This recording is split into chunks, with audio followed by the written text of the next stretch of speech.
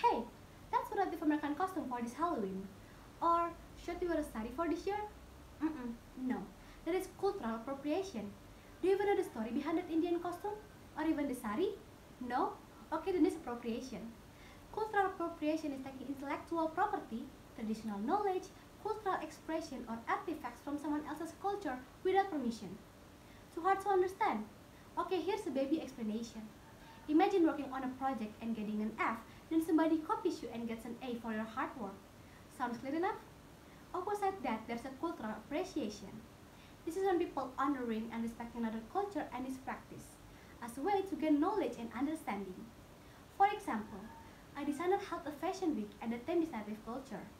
Before held the event, the designer took some time to do a research about native culture as inspiration and knowledge.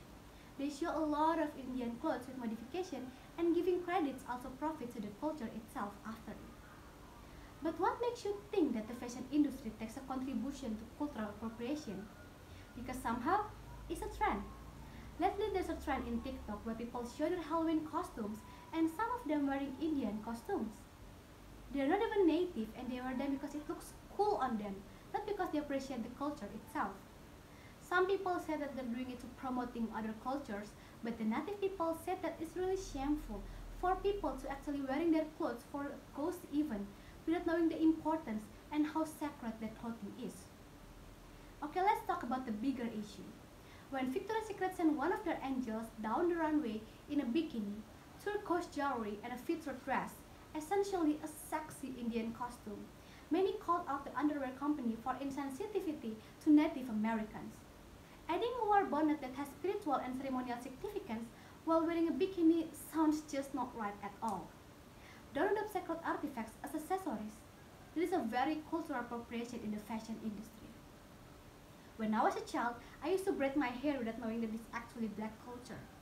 A hairstyle is also one of fashion, and somehow, the one who love to braid their hair is actually Americans. While America itself has a really big discrimination towards the black community, the hashtag Black Lives Matter is actually not just because the discrimination towards them, but also because people took their culture without credit. It's not just about hairstyle. The issue isn't that you're wearing their hairstyle.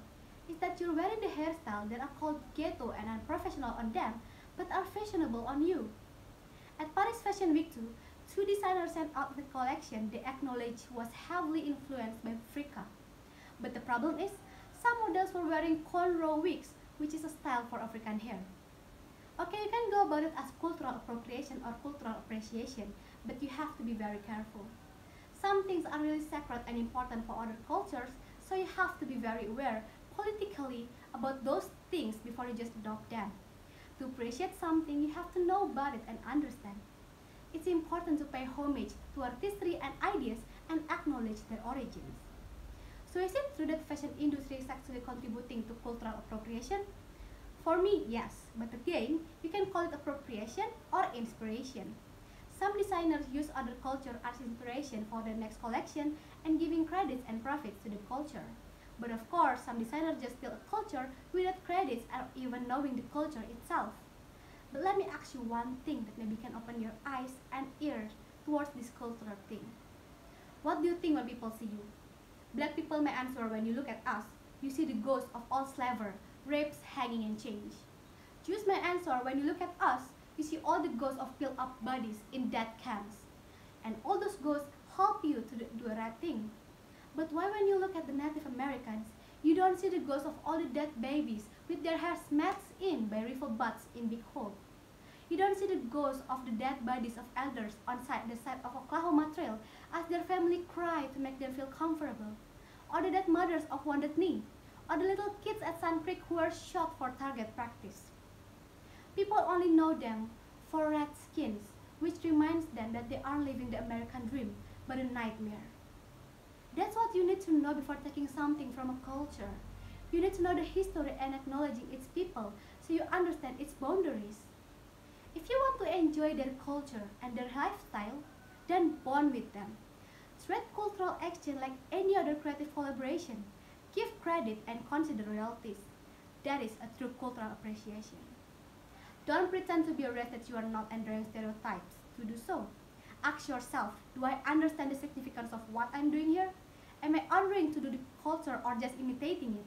And most importantly, will I own anyone who belongs to this culture? Don't wear someone else's culture just because of a trend or for fun, because their culture is not your costume. I'm Chintya from Stay Choose in our High School Denpasar. Thank you for your attention and have a nice day.